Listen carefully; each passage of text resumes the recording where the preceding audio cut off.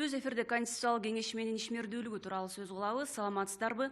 Конституциялық кеңеш менен ишмердүүлүгү тууралуу кененирээк маалымат берүү үчүн конокторубуз келген. Тааныштырып өтсөк, Конституциялық кеңеш менен төрагасы Бөрүбашев Бекбосун Ишенбекович, мамлекеттик бийлик органдары секциясынын жетекчиси Токтобаев Болот Токтомушевич, Конституциялық кеңеш менен адамдын жана жарандын укуктары менен эркиндиктери секциясынын жетекчиси Шерипов Нурлан Турганбекович, Конституциялық кеңеш менен мүчөсү Саралаев Нур Керимкулович.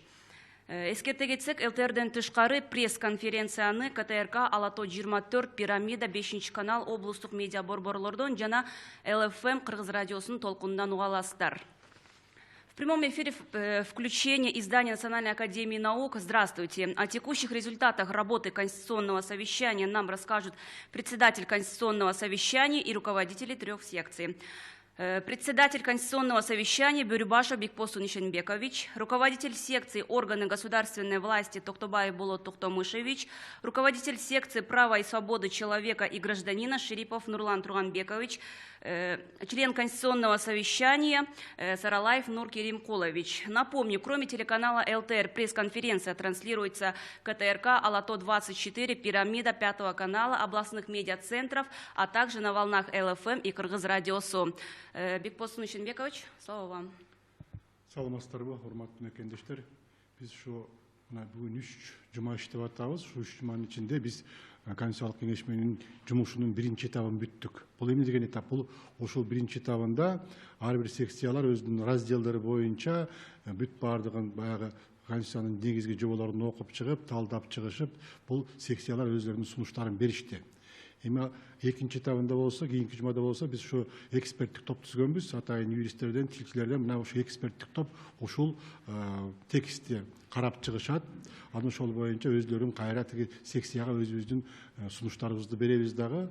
Ошентип баягы макулдашуу, же болбосо Конституциянын как юридикалык документ катары биз бир ыңгайга келтиришибиз керек. Анткени бул жерде карама каршылык болуп калышы мүмкүн, кайталоолор болуп калышы мүмкүн, ката кетирип калышы мүмкүн. Ошон үчүн ушул экинчи этабыбызды биз кийинки жумада баштайбыз дагы.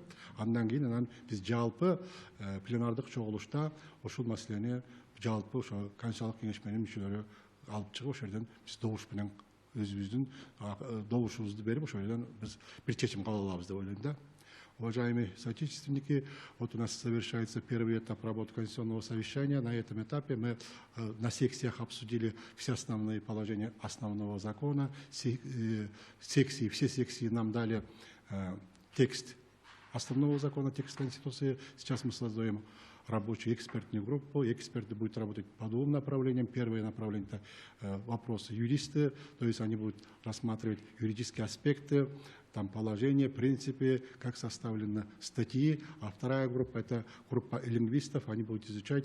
И вот, чтобы мы правильно оформили документ, данный документ, потому что работа у нас пишется на кыргызском языке. Кыргызский вариант является, будут, наверное, официальным, основным вариантом. Вот поэтому мы сейчас находимся на этой стадии. Это не означает, что работа Конституционного совещания прекращается. Нет, мы работаем, будем работать, будем принимать предложения со стороны населения. Вот к нам постоянно приезжают люди издалека, из наших регионов. Они выступают на секциях, мы слушаем и будем дорабатывать основной закон.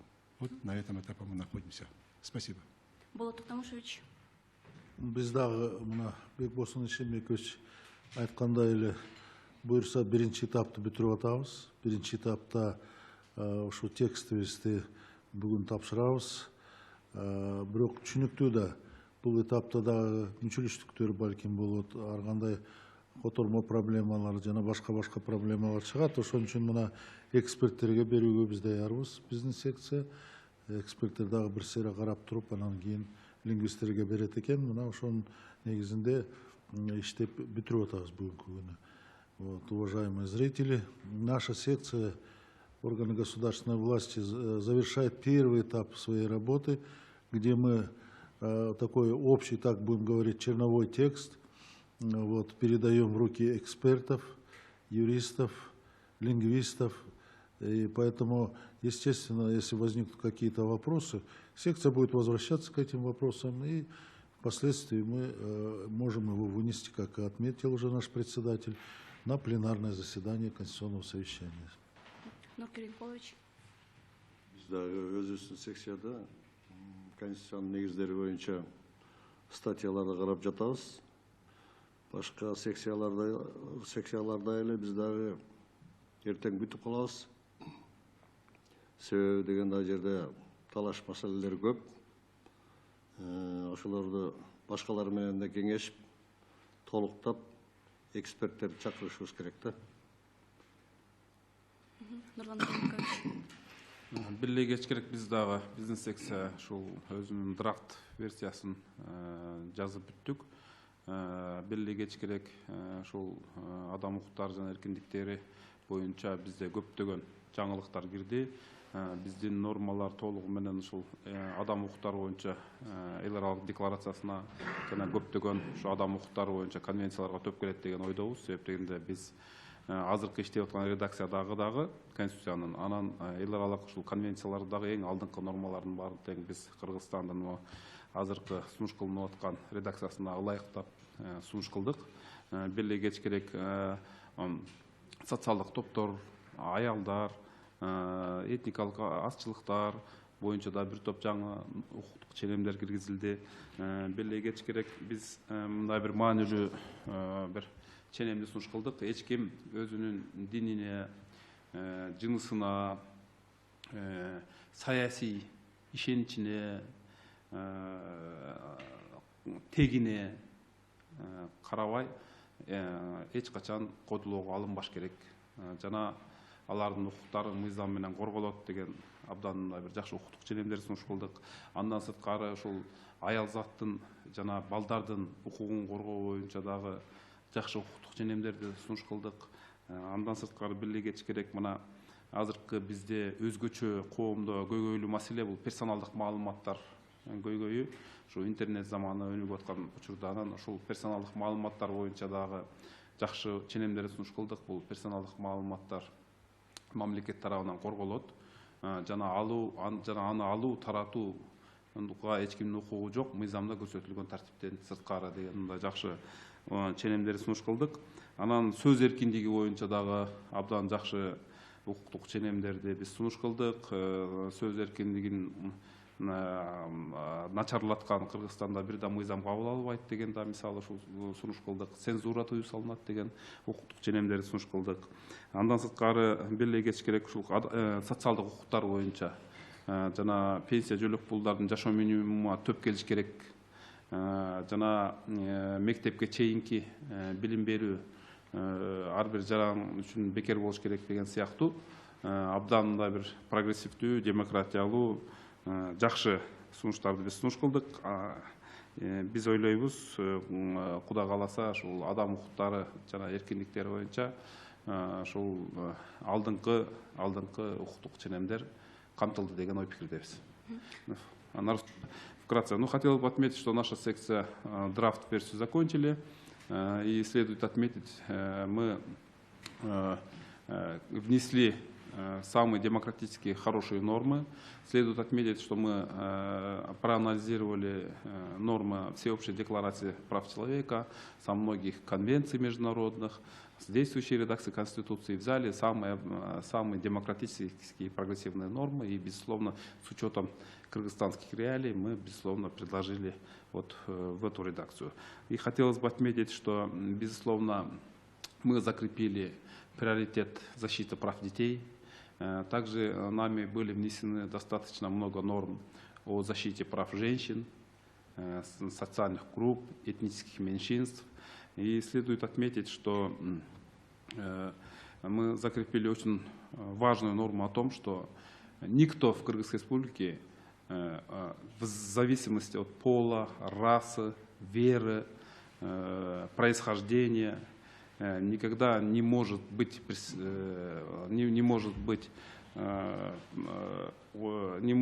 со стороны кого-либо унижен или преследован. И вот такие демократические нормы направлены на защиту социальных групп, мы включили вот в эту редакцию.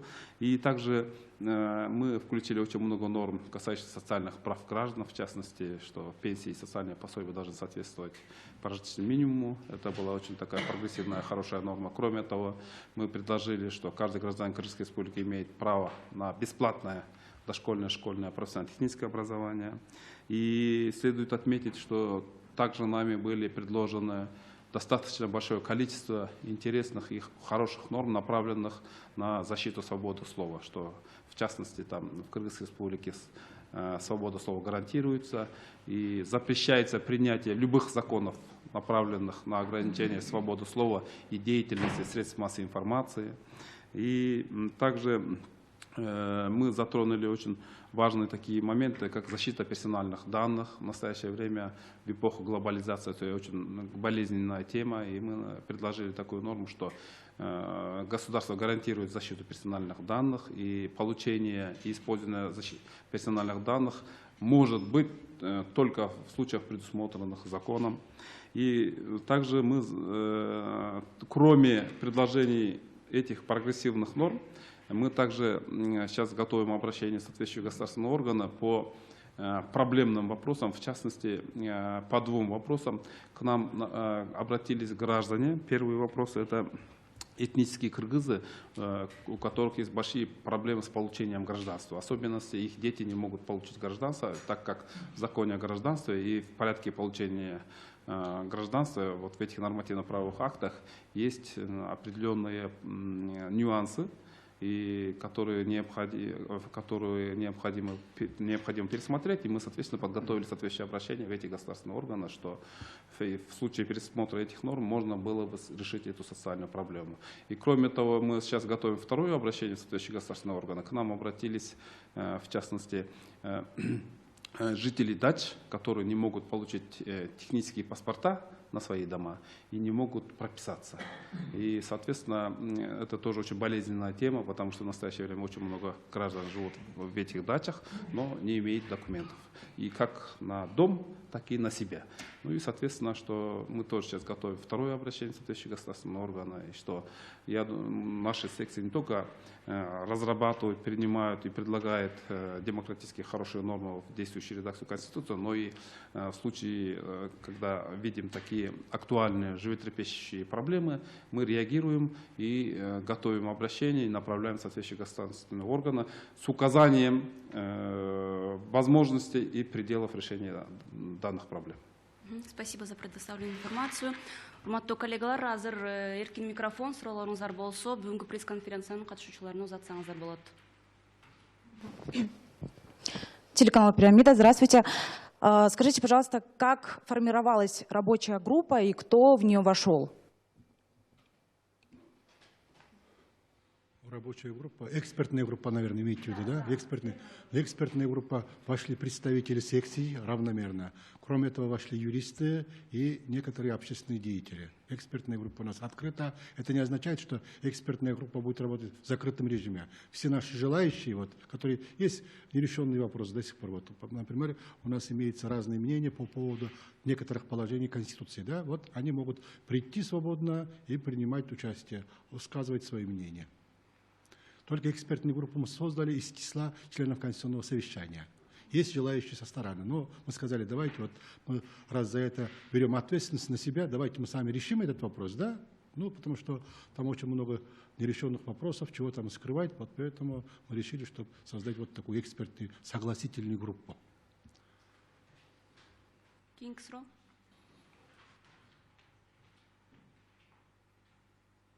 ЛТР Бактыгүл. Азыркы учурда ошол коомчулукта курултай институтун киргизүү чоң талкууну жаратты окшойт. Аны айтсаңыздар, кандай механизмдер сунушталды, анан макамы кандай болот курултайдын? Көпчүлүк коомдук деген макам берилип калса, бейөкмөт уюмдары сыяктуу эле уюм болуп калат деген кооптонуулар болуп жатпайбы азыркы учурда?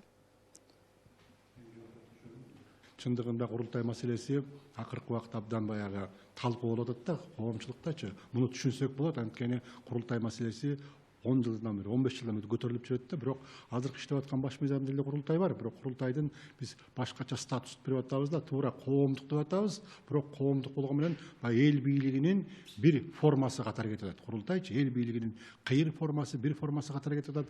Ошол эле убакта биз баягы курултайды мамлекеттик бийликтин органы кылыштын кереги жок. Анткени мамлекеттик бийликтин органдары өзүнүн бар. Бул президент, бул өкмөт, бул жогорку кеңеш, сот бийлиги. Ошон үчүн ошолордун ортосунда, экөөнүн ортосунда курултай менен мамлекеттик бийликтин ортосунда карама каршылык болуп калбасын, бирөөнүн ошол бийликтин үстүндө туруп калбасын, же болбосо жолтоо болуп калбасын деген сөз бар да. Мисалы үчүн мына мен түшүнүктүү болуш үчүн айтып коеюн, урматтуу тиги кыргызстандыктар. Азыркы убакта бизде партия бар. Азыркы күндө бизде партиянын диктатурасы толук орногондо саясий партиялар парламентке келген, конечно, 256 партия бар экен, баардыгы эмес саясий партиялар, парламентке келген партиялар бул мамлекеттик бийликти ачык эле бөлүп алышты. Атайын аймактарды бөлүп алышты. Мандаттарды сатып атат. Биз курултай ушундай болбош керек деп атабыз да, курултай деген кыска айтканда элдин үнү болуш керек. Элдин баягы көйгөйүн көтөрүп турган, тынбай көтөрүп турган коомдук орган болуш керек деген өзүбүздүн түшүнүгүбүз бар. Ушул боюнча секцияда мына бул маселелердин биринчи секцияда каралган, ушул секцияда дагы ушул маселени көпкө талкуулашты. Бизге сырттан да адамдар келди.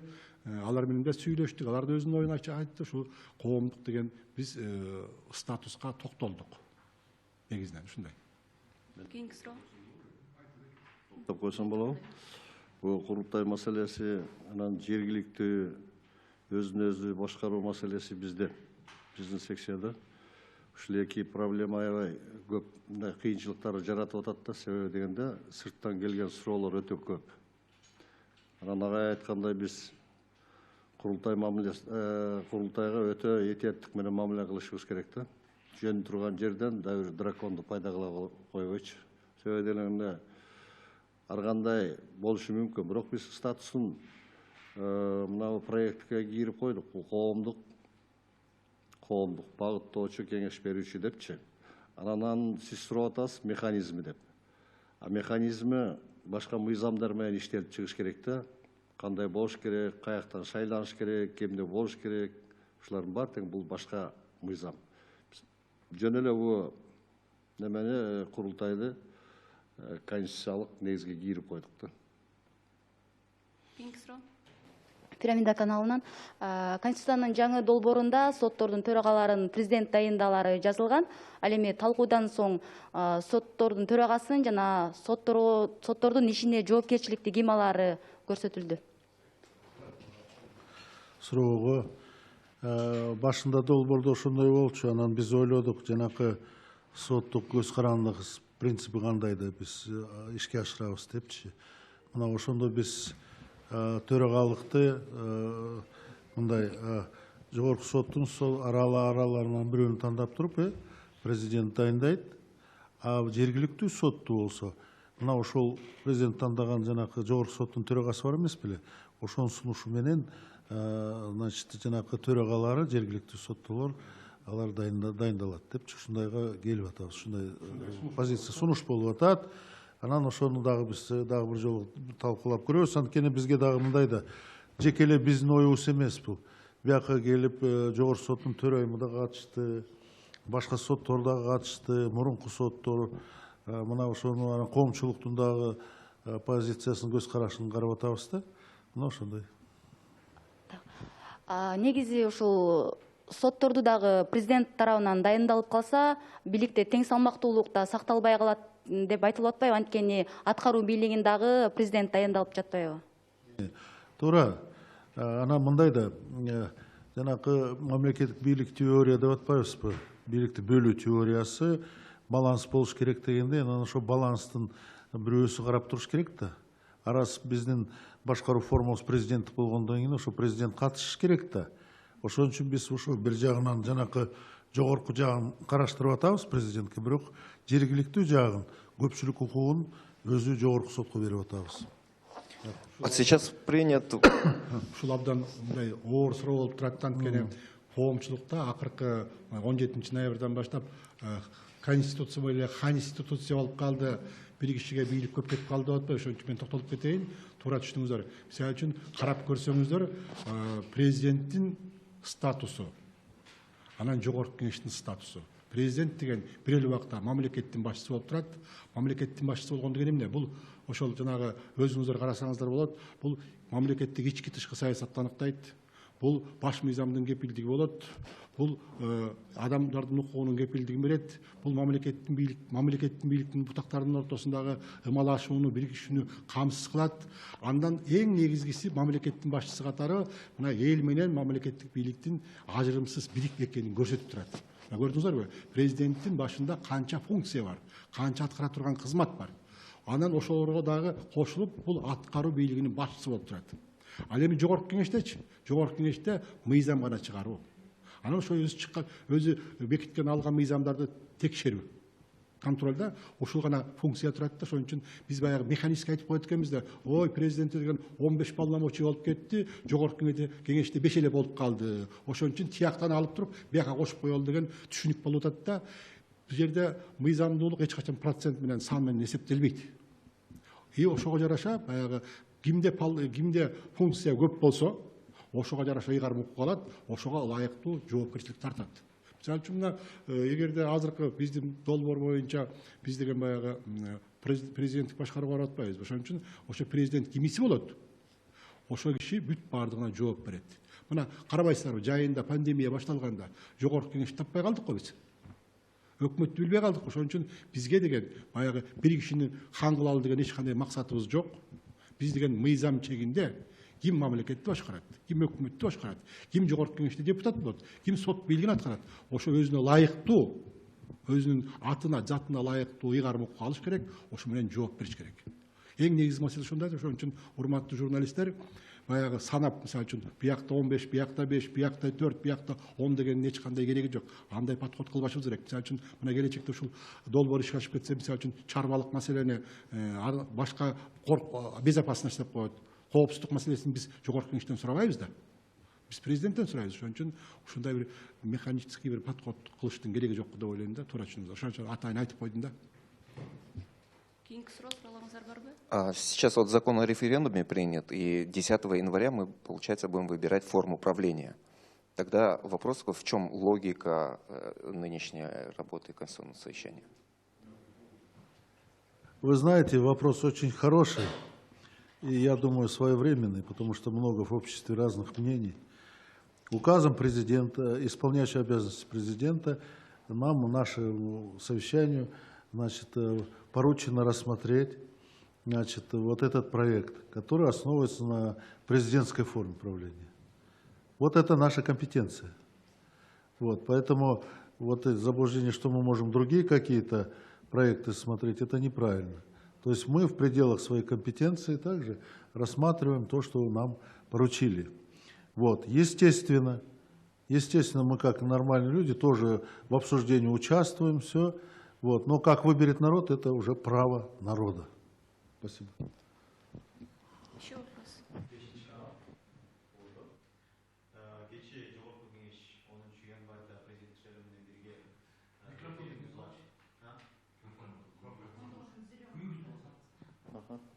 Болот атабы.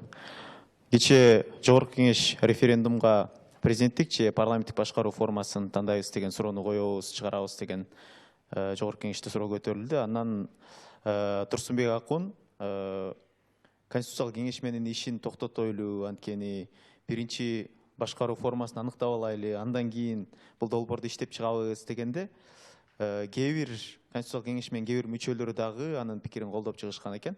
Анан экинчи суроом, биринчи этаптын иши жыйынтыкталды дедиңиздер, дагы канча этап бар, алар кандай этаптар, ошолорун айтып кетсеңиздер. Рахмат. Эми конституциялык кеңеш менен мүчөлөрү биздин Кыргызстандын жарандары, алар өздөрүнүн оюн айтканга акылуу. Мисалы үчүн бирөө бар дейт, бирөө жок дейт. Ушундай ойлор бар, бирок биз деген президенттин указы менен келгенден кийин, эгерде указга дагы кошумча бир указ чыкса, ушундай эле жарлык чыгып токтотула десе, биз токтотуп коебуз. Бирок жанагы указда качан бүтөт, кандай экен чеги коюлган эмес. Ушундайда ошого эле ылайыктуу экинчи сурооң боюнча биз биринчи этап деп айтпадык. Мына биз айтып атабыз, биринчи этабында секциялардын иши бүттү, экинчи этапта ошо секциялар берген тексттерди биз юридикалык, лингвистик экспертизадан өткөзөбүз. Анан үчүнчү этапта алдағы көп суроолордон турат. Анын негизинен анын 3-чү этапта баягы пленардык жалпы жыйналыш калып чыгабыз да ошол жактан бекитебиз. Демек, биздин көз карашыбызча биз түшүнгөнгө караганда бүгүнкү күндө дагы астыбызда 2 этап турат. Анан мен шартты карайбыз да.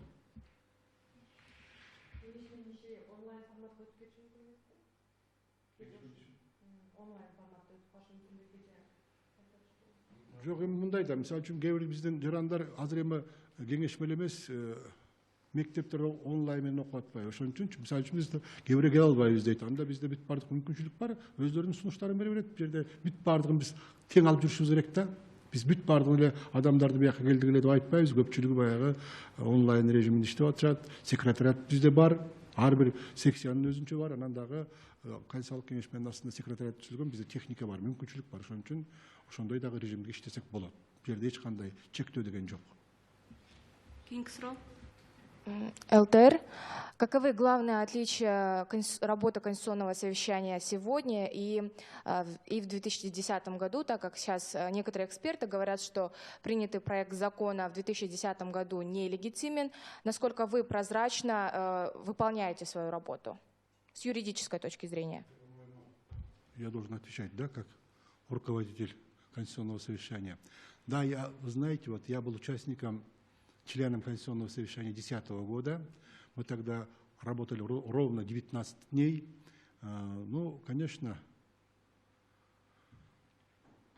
там тоже были хорошие люди. Наши земляки, наши граждане.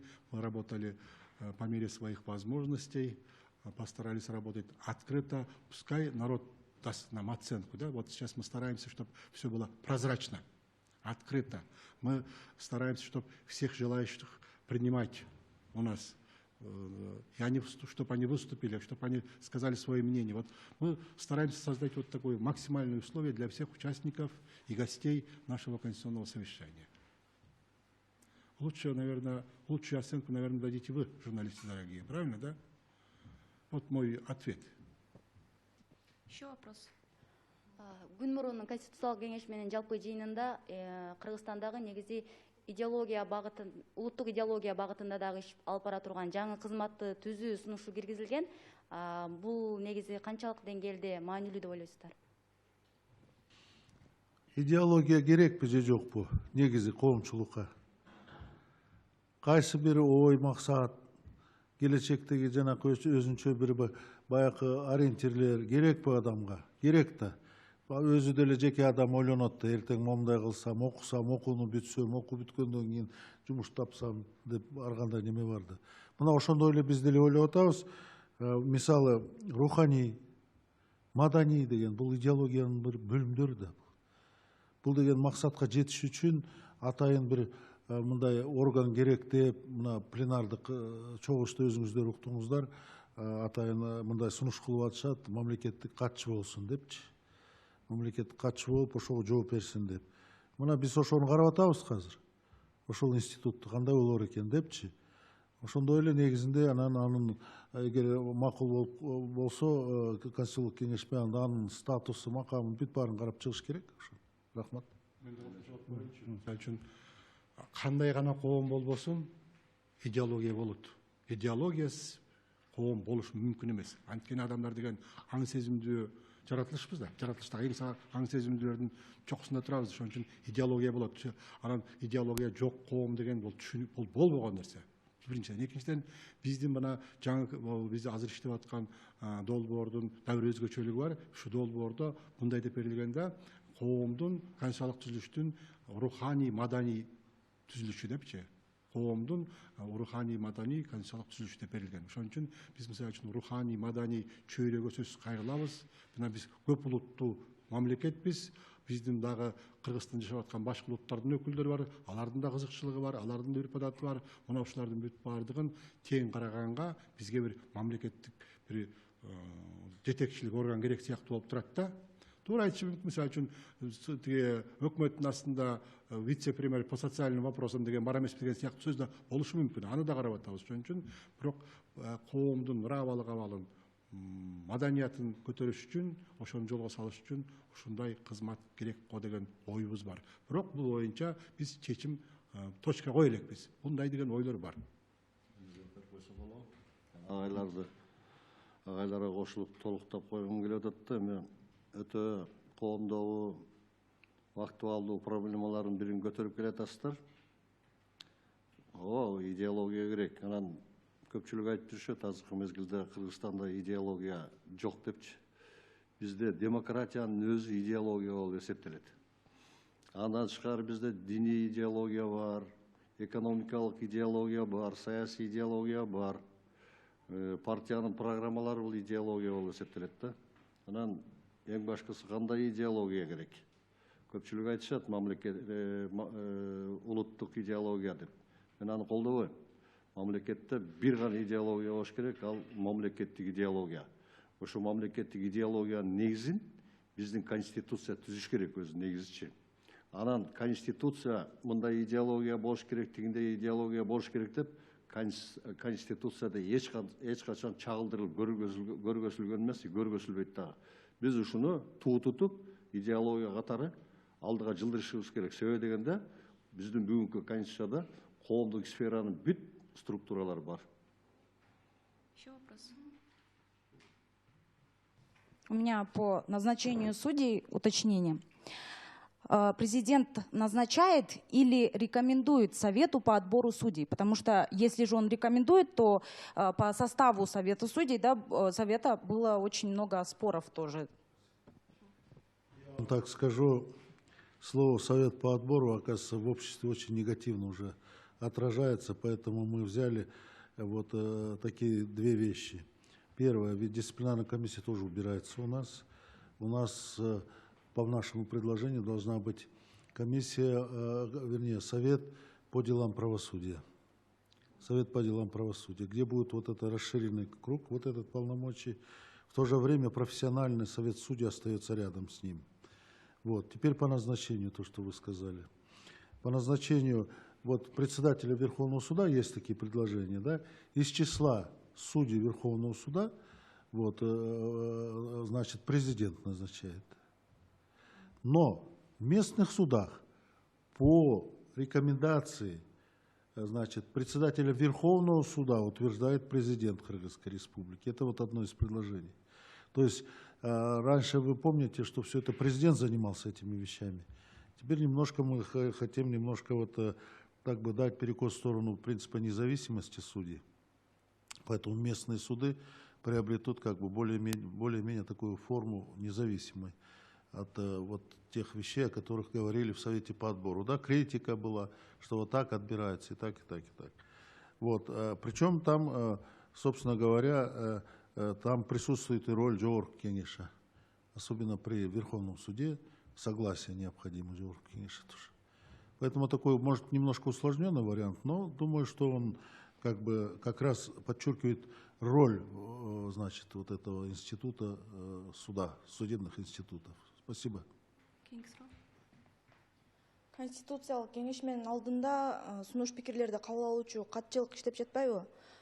Ишиңиздер башталгандан бери кандай сунуш пикирлер келип түштү, анан алардын канчасы эске алынды?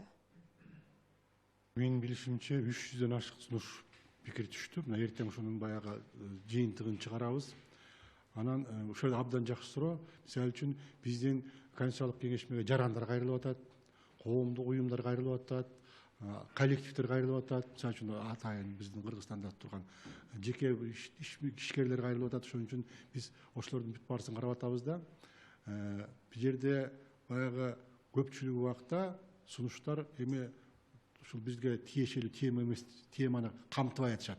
Бул жагын айтып коюшубуз керек. Ошон үчүн бизге кайрылганда айтып атабыз, силер кайсы беренесине, кайсы бөлүмүнө кандай сунуш бересиздер деп айтып атабыз да, бирок негедир кайсы бир бөлүгү ошого жооп бере албай атат. А бирок түшкөндөрдүн ичинен мен айтып коет элем, мына жакшы өзлөрүнүн сын пикирин, ой пикирин бергендер, мисалы үчүн мына Адилет укуктук клиникасы деген бар. Чолпон Жакупова башчысы, Ассоциация юристов Кыргызстана деген бар. Мына ошолар анан 2-3 коомдук уюмдар кайрылды. Булардын мисалы үчүн Кыргыз эл биримдиги, анан мына өзүңөр көрүп атасыңар, курултай деген кыймылдар бар. Мына ошолар дайыма өзүнүн сунуштарын берип атат да. Ошо сунуш бергендерди биз ачык алып, алар менен чогуу отуруп, биз ошолорду угуп, кабыл ала турган жерин кабыл алып атабыз, кабыл албай турган жерин түшүндүрүп атабыз. Эмне үчүн ушундай болуп калды деп, ошон үчүн эми нааразы болгондор бар. мына өзүңүздөр көрүп атпайсыздар баягы тигинтип койду минтип койду деп жазып аткандарчы жазышсын, бирок алар дагы кээ бирөөлөр даярданбай келишет да, даярданбай келип эле ушу менин идеямды эптеп киргизип алсам ал ошол туура келеби, баш мыйзамды мисалы үчүн жалгыз эле бир социалдык топтун же болбосо бир группанын кызыкчылык үчүн жазбашыбыз керек. Баш мыйзам бүт коомдун талабына жооп бергендей болуш керек. Ошон үчүн бизге таарынгандар деле бар, мейли алардын укугу, бирок ушундай бир жол менен кетип баратабыз. Бирок баардык сунуштарды биз карап атабыз. Эң негизгиси. Кийинки суроо. Мисалы, кайрылуу сунуштар абдан көп келип түшүп атат. Мисалы, биздин адам укуктар секциясына бир 70тен ашык кайрылуу сунуш келип түштү. Биз баарын 100% карадык. Ар бирөөнө реакция кылдык. Коомдук уюмдардан, саясий партиялардан, жарандардан, анан өзгөчө жарандар өздөрү көп келип атат. Анан өзгөчө социалдык, анан саясий укуктар боюнча аябай көп сунуштар келип түштү. Анан мына Бекбол Шембекович жана Адилет укук клиникасын айтты. Мисалы, биздин эле ошо адам укуктар секциясына Адилет укук клиникасы 27 беттен 115 пункт сунуш берди. Адам укуктар боюнча секциясына. Анан беле кечкерээк ошол 115 пункт сунуштун биз 80%дан ашыгын аны өзүбүз анализдеп чыгып киргизген экенбиз. Анан бир 15-20%дай сунушун анализдеп, анан мындай бир чынында эле адам укуктар жана эркиндиктери боюнча жакшы бир демократиялык мындай бир алдыңкы сунуштар бар экен, аларды да биз карап чыгып, ушул биздин иштеп аткан редакциябызга сунуш кылдык. Андан сырткары мына Саркизов деген жаран мына кечөө келди. Персоналдык маалыматтарды коргоо боюнча аябай жакшы укуктук ченемдерди сунуш кылды. Биз ошол укуктук ченемдерди сунуш кылдык. Мисалы, ушул сыяктуу пайдалуу сунуштарды биз карап талкуулап атабыз. Анан белги кетишибиз керек, бардык секцияларда биз тиешелүү мамлекеттик органдардан адистерди да чакырып, коомдук уюмдардын да адистерди чакырып, аларды угуп, дебаттардын, талаш тартыштардын негизинде добуш берүү менен чечип атабыз. Бирок четке каккан да учурларыбыз бар. Мисалы, өлүм жазасы боюнча бизге 5 жолу сунуш келип түштү. Өлүм жазасын киргизүү боюнча. Бирок биздин секция бир добуштан өлүм жазасын киргизүү бул туура эмес. Себеп дегенде жалпы гумандуулук принцибине төп келбейт. Биринчиден, экинчиден эл аралык көптөгөн конвенцияларды биз ратификация кылганбыз. Үчүнчүдөн бул фундаменталдык адам укугун бузат деп, мисалы өлүм жазасын киргизүүгө кескин каршы болдук. Анан ушул сыяктуу биз ар бир сунушту, кайрылууну кароосуз калтырбайбыз, толугу менен карайбыз. Рахмат. Кийинки суроо. 5-чи канал жаңы слышно да? Сөз эркиндиги жөнүндө да айта кеттиңиз да, ошол нормалар боюнча ошолорго кененирээк токтолсоңуз, анан азыркы конституциядагы сөз эркиндиктен эмнеси менен айырмаланат? Жаңы сунушталган нормалар. Кудай буйрса, Кудай кааласа, ушул биз мына редакциялык лингвистикалык анализден кийин, пленардык жыйын бекиткенден кийин баягы драфтын көрөсүздөр деп ойлойм. Анан ошол драфтты көргөндө азыркы редакциядан, мурунку редакция конституциядан адам укуктары жана эркиндиктери боюнча бир топ айырманы көрөсүздөр. Ошол эле сөз эркиндиги боюнча, ошол эле аялдардын укугун, балдардын укугун коргоо боюнча, ошол эле башка социалдык топтордун укуктарын коргоо боюнча бир топ алдыңкы нормаларды биз сунуш кылдык. Мына мисалы, сиз мурунку редакциялардын айырмасын сурап атасыз, мына мен сизге так жооп берейин. 2016-жылы референдумда момундай бир норма сунуш кылынып, референдумда бекитилген болчу. Кыргыз Республикасынын жарандыгын алуу, ажыратуу мүмкүнчүлүгү каралган болчу мамлекет тарабынан. Биз мисалы көпкө талкууладык, бир добуштан чечтик, бул адамдын фундаменталдык укуктарына карама каршы келет. Кыргыз Республикасынын жараны болуп төрөлгөндөн кийин андан күч менен мамлекет дагы, башка уюмдар дагы, жарандар дагы тартып алынбайт. Тартып алуу мүмкүнчүлүгү да болбош керек депчи. Анан эгер ал мисалы жаран кылмыш жасаса, анда кылмыш жазык тартибинде тиги сот тарабынан тастыкталса, соттун чечими менен жазык тартипке, жоопкерчиликке тартылса болот. Бирок эч качан бир да жаран мамлекет тарабынан жарандыктан ажыратылбаш керек. Биз ушундай так норманы киргиздик. Аны ажыратуунун механизмдери, мүмкүнчүлүктөрү да болбош керек. Бир гана жаран өзү өз каалоосу менен, мисалы Америка Кошмо Штатын, Франция, Германия, Россиянын жарандыгын алып чыкса, өз каалоосу менен ушул учурда гана мамлекет кайсы бир себептер менен кайсы бир учурларда мамлекет ажыратпаш керек жарандыгын. Ушундай бир маанилүү норманы мисалы мурунку редакциядан биз жокко чыгардык. Себеп биздин оюбузча бул адамдын укугун кескин бузат. Ошондуктан биз мисалы ушул 2016 жылкы редакциядан азыркы редакциябыздан биз алып салууну сунуш кылдык. Тескерисинче биз Кыргыз Республикасында Кыргыз Республикасынын жарандыгынан ажыратылбайт деп так кесе бекиттик. Андан сырткары экинчи сурооңуз сөз эркиндиги болду. Сөз эркиндиги боюнча аябай жакшы нормалар сунуш кылынды. Биринчиден, Кыргыз Республикасында цензурага тыюу салынат. Экинчиден, Кыргыз Республикасында сөз эркиндигин чектеген жана массалык маалымат каражаттарынын ишмердүүлүгүн чектеген мыйзамдар кабыл алынбайт дедик. Үчүнчүдөн, биз сунуш кылдык, абдан бир маанилүү жакшы ченем болду. Ушул ченемибиз үчүн бизге да көп сын пикир айтылып атат. Кыргыз Республикасында башка адамдын аброюна, ар намысына шек келтирди деп жазылган маалымат үчүн жаран кылмыш жоопкерчилигине тартылбайт деп. Себеп дегенде мына тарыхка кайрылсак, өзүңүздөр билесиздер, көптөгөн журналисттерди убагында кылмыш иштери козголгон болчу. Себеп дегенде сен деген жазып башка жарандын аброюна, ар намысына шек келтирдиң деп. Бизге мына азыр сын пикир айтылып атат, силер деген троллинг, могу соц түйүндөрдө тиги фейк жаңылыктарын колдоп атасыңар, каралоону колдоп атасыңар деп. Бирок деген бул маселеге биз концептуалдуу карашыбыз керек. Себеп дегенде биз сөз эркиндигин кааласак, массалык маалыматты алуу эркиндигин, таратуу эркиндигин, жазуу эркиндигин сактайбыз десек, биз концептуалдуу карап, кылмыш жоопкерчилигине тартуу мүмкүнчүлүгүн жокко чыгарышыбыз керек. Башка куралдар бар. Эгер башка жаран, башка киши мен ар намысыма, аброюма шек келтирди десе, жарандык укуктук тартипте доо арызы менен сотко кайрылса болот.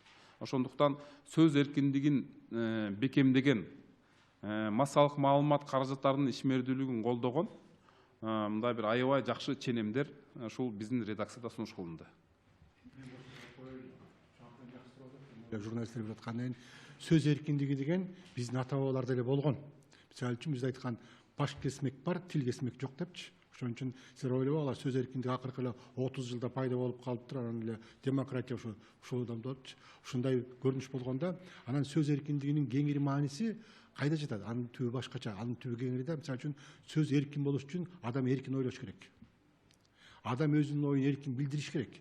Мына ушул нормаларда бар бизде, ошон үчүн ошол дагы бизге баягы бул сөз эркиндиги деген үстүртөлүнө көрүнгөн болуп эмес, бул адамдардын ички ой пикирин, анын эркин ойлоосун камсыз кыла турган курал. Ошон үчүн сөз эркиндиги жалгыз эле журналисттерге эмес, сөз эркиндиги баарыбызга тиешелүү, коомдун баардык катмарына тиешелүү деп ойлойм. Кененирээк маалымат бергениңиздер үчүн ыраазычылык билдиребиз. Урматтуу телекөрүүчүлөр, ушу менен бүгүнкү пресс-конференцияны жыйынтыктайбыз. Кийинки эфирге чейин саламатта туруңуздар. Уважаемые телезрители, на этом наш эфир подошел к концу. До новых встреч.